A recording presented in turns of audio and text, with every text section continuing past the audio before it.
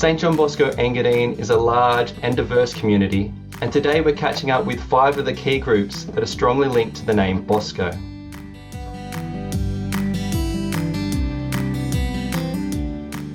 So I'm really excited to have St John Bosco Primary, St John Bosco College, Dunlea Centre, St Vincents Care, John Paul Village, as well as St John Bosco Parish, just to chat about how COVID has been affecting us during these times. Well, I guess for everyone, the isolation caused by the COVID restrictions, but it's what flows out of that that disconnection for the people with God and with His people, with us, with each other. Yeah, I'd have to agree. I think isolation affects everyone through this time, but for us, it's just been the lack of relationships. You know, schools are based on connection and building relationships with the students, with each other, the students with their teachers, and then teachers with their parents. And so I think that's probably been the hardest thing, is our lack of relationship and having a face-to-face. Yes, repeating the same, being disconnected has been significantly impacting our program. And when we consider how we monitor the progress of our families with a 24-hour, 5-day-a-week program, the absence of them being present on site has been very difficult for us. Although remote learning and Zooming has compensated in some ways, as time's gone on, the lack of relational involvement has really shown its negative side, put it that way. I totally agree. And, that's the first thing that I thought of, was that whole lack of contact and connection. I think for a community like ours, it's just so based on relationships and the importance of relationships. We've really missed that. And I think our families have as well, particularly our families that struggle. And, I think one of the difficulties has been, how do we support those families struggling with engaging their children in learning, and, not being able to really physically help them has been difficult. For us at St Vincent's Care Services, it's all about relationships. I think that's something we'll have in common.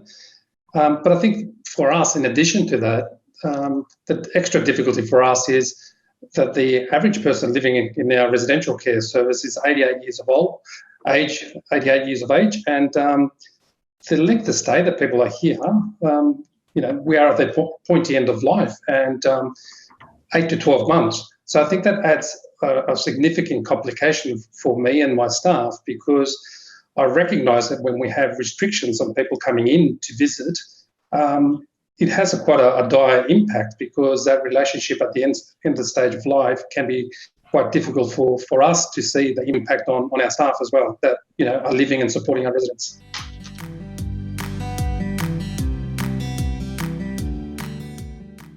I think for me, it's the creativity of people to overcome those difficulties by tapping into, especially technology.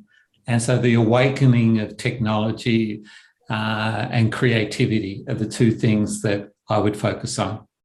I think the greatest moment of hope for us is the fact that we've learnt to connect in different ways. A highlight for us every week is our virtual assembly, which Father Mick's been part of as well, and seeing over 300 children and families connecting on a screen and still being able to feel like we are there for each other. I think, we've learnt to connect in different ways, and that has been hopeful and exciting in its own way. If I can carry on with that theme, but our clinical team has been running common sense parenting programs still remotely, but having parents and young people come together for those sessions via technology has been just quite outstanding. I mean, it was outstanding enough that we started it here. We managed to get families from all over Sydney coming in for the evening to do the common sense parenting, but to actually see it happening remotely was quite extraordinary. It's been very successful. And I'll just use an example that's a little bit aside from that. But one of our young people, I went to visit her out at Warwick Farm, and deliver a package from the agency as we're trying to make them all feel connected.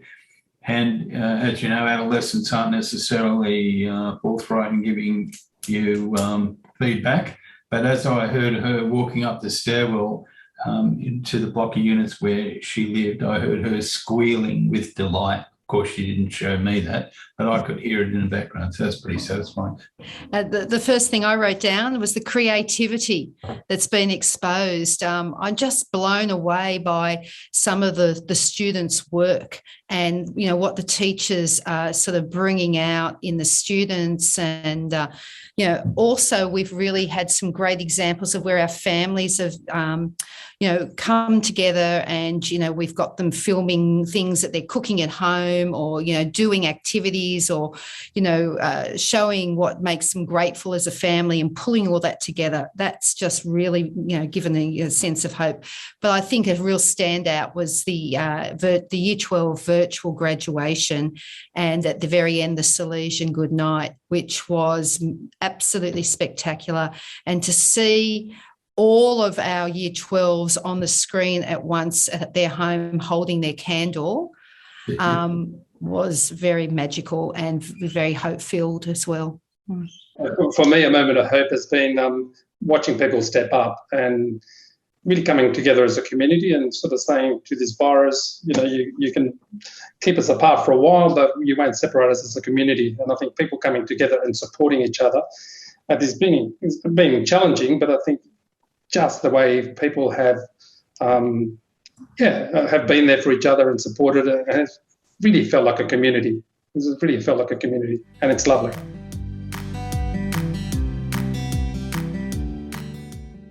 I think all the new ways in which technology can be used in terms of helping people to connect and to communicate. And so that's what I see us trying to continue with, even once we are able to come back together physically. And I'd have to agree with that too, Father Mick. You know, I think we've always struggled with ways of being able to connect families that are so busy in their normal lives that I think we've learnt new ways that we can do that. The other thing that we've realised too is just how innovative our children can be in the way that they respond when you allow them the scope to do that. And that has just the talents we have seen. So it's made us realise as educators, you know, we try to be very open to the way children can respond, but it's made us realise that when you just even open it broader, the results that you get are just magnificent. So that's something we'll definitely look into. Appreciation, and quite extraordinarily, our young people, and again, emphasising the residential environment, which is not so attractive when you're enrolling some of our young people, biting at the bit to get back to residential. So there's been a real dramatic increase in appreciation of what is provided in our environment here with the Salesian charism interwoven into our activities. It's been a fantastic extraction, a silver lining of the COVID.